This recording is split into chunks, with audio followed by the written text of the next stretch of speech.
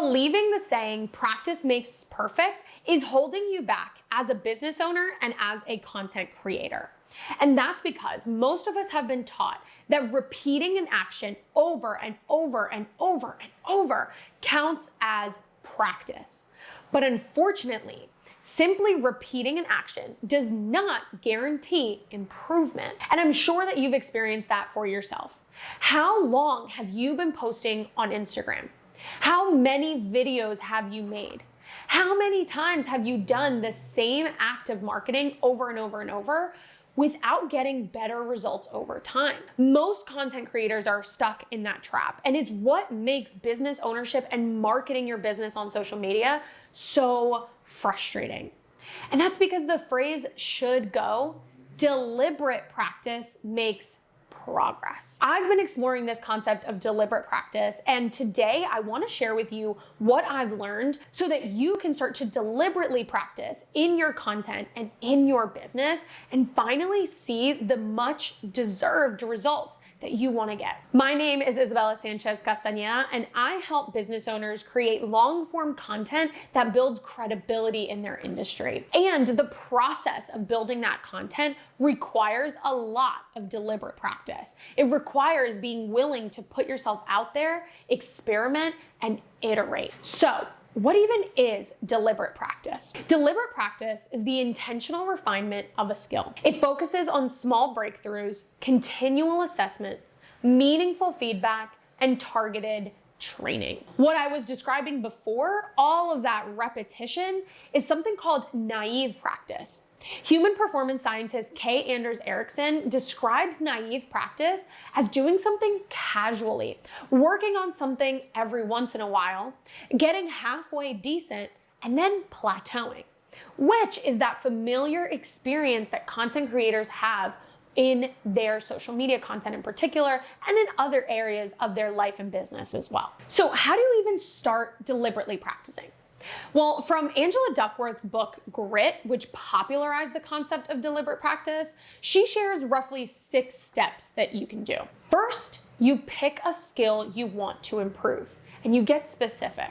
Second, you set a stretch goal, something that's going to push you out of your comfort zone. Third, you focus on one specific aspect of that skill to improve. Fourth, you dedicate time and effort to improving on that one thing. Fifth, you get expert feedback on your performance, and that is often considered the most critical step. Sixth, you repeat, you go back through steps 1 through 5 on those different skills, and then you add more when you've actually gotten deliberate practice on what you're working on. Let me give you a few examples of what this looks like in action. In her book, Grit, Duckworth tells a story that really highlights the difference between that deliberate and naive practice. So she shared that she had been jogging for an hour a day, several times a week, since she was 18 years old.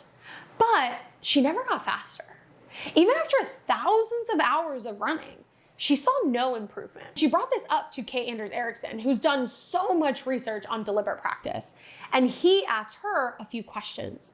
Ericsson asked Duckworth, do you have a goal or target every time you run? He asked, are you working on something specific like your form or your timing? Do you track your runs? And do you have a coach giving you feedback on your running? She answered no to all of these questions. And that is considered naive practice. When I first heard that story, again, I immediately thought of the business owners who have been posting for years, or who have been trying the same marketing strategies for years and never see improvement because they publish, but they don't have a goal. They don't have something specific that they're working on.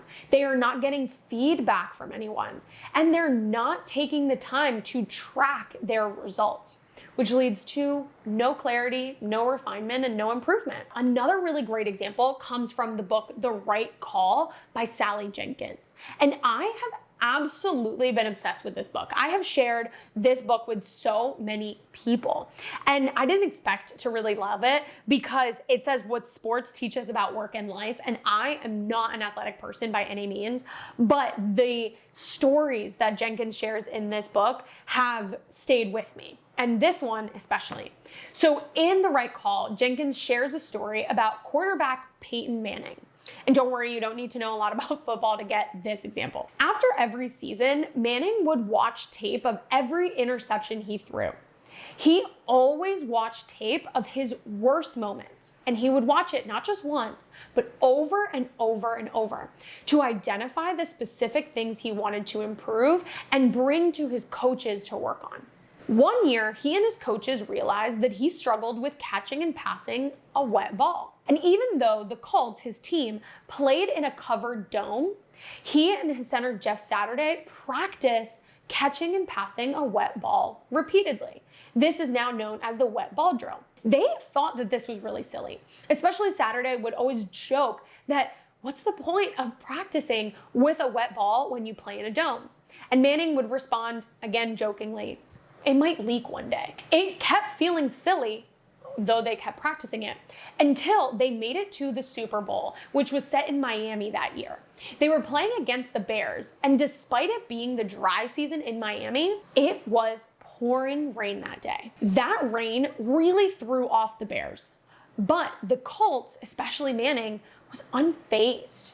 They had trained a very specific skill and a very specific weakness for that exact moment. And this story really stuck with me because it just shows that every skill matters, especially the ones that can feel trivial. The ones that are easy to skip over are often the ones that practicing matters most on. And while we may never be in that situation where we have to catch and pass a wet ball, there are so many of those smaller skills that you and I are probably neglecting practicing on that could be the big difference between actually landing that client or having them go with someone else, getting called for that opportunity or having them call someone else.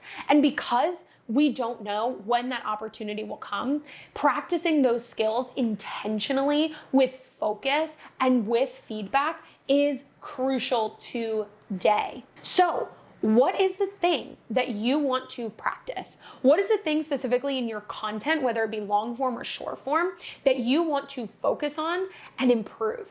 And do not just say better content. Don't say that you want to just make more compelling content or make content that sells. Define what better looks like to you and what better means to you. Look at your past videos, even if it is uncomfortable. And like Manning, look for the weaknesses. Look for the things that you have been avoiding. And then go and intentionally practice one aspect of it. I'll give you an example. Maybe you do say that you want to improve your long form content and you see that your storytelling tends to be a bit long-winded. Then your focus in deliberate practice could be storytelling. You could take different skills and different pieces of storytelling and practice telling tighter stories. Then you can take it to a coach and ask for feedback to refine it.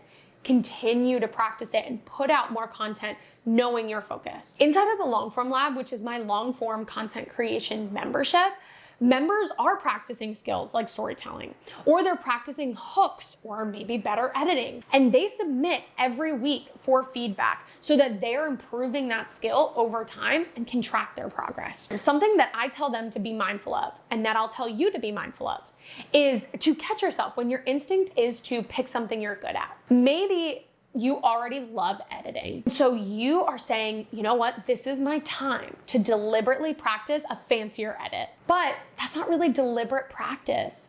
Deliberate practice targets the things that you're weak at, the things that need that love and attention and focus. In The Right Call, Jenkins shares that the difference between elites and amateurs is that elites practice the things that they're worst at and that they dislike the most. But you and I, as a business owner or content creator, may shy away from working on weaknesses because it can feel so exposing. It can feel like people are going to judge you and like that feedback is really going to sting. And when you do start to improve, it can even feel cringy to admit that you were ever so bad at that one thing. And that discomfort is exactly where the growth lives. Avoiding that discomfort, avoiding the things that you're weak at, creates a cycle where you act and do and do and do, but somehow stay stuck and wonder why you're not growing. Deliberate practice is the only thing that will break that cycle and improve your results. And yes, you might say, like, of course that's easy for someone at the top to say, for someone who's Peyton Manning and is a major athlete, but deliberate practice starts when you have 10 followers. Practicing and building these skills starts when you haven't made it yet. And deliberate practice is still important when you do have the tens of thousands of eyes on you, when you do make the hundreds of thousands of dollars. Because at the end of the day, it's always about identifying where you are, choosing a focus, practicing a skill, and getting 1% better. Just look at creators like Issa Rae. She honed her storytelling, character work, and comedy for years on her YouTube series, Awkward Black Girl.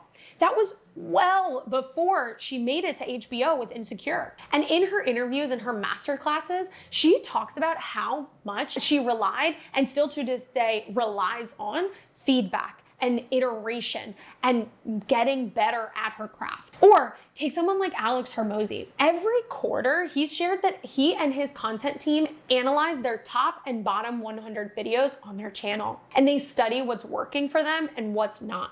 And they use those insights to adjust their strategy and strengthen any weak areas that they find. But of course, I'm not asking you to do anything that I'm not doing for myself. So let me share 2 quick examples from my own life of how I'm deliberately practicing.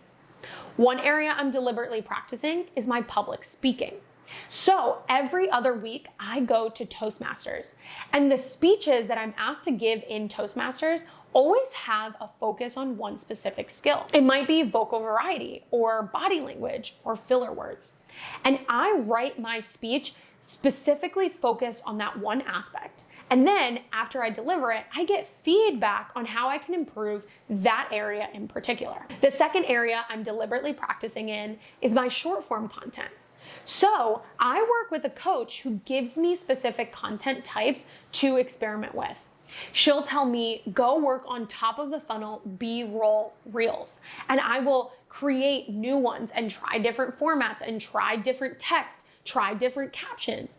She might then, a few weeks later, tell me, focus on carousel posts, and I'll practice how to improve those. I get feedback along the way. And even when that feedback really stings, I go and look at what I'm doing, I iterate, and I refine.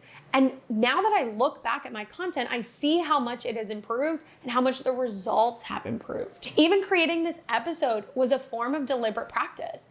I knew that I wanted to incorporate some of the books that I've been reading. So I wrote multiple drafts trying to incorporate quotes and stories from each of these books in different ways because it's something I want to continue doing in the future. And I asked for feedback from others, and I'm asking for feedback from you. What did you think? How could I improve it? This deliberate practice is the thing that is going to get you out of that cycle of just repeating, of just feeling like you are doing, and getting nothing for it. So I want to ask you, how are you going to deliberately practice? Comment or DM me at Issa Media Inc. and tell me, what is that one specific area you're going to grow in? And what's the one skill that you'll work on this week? I don't want you to just stay busy. I want you to make progress. And deliberate practice is how you do that.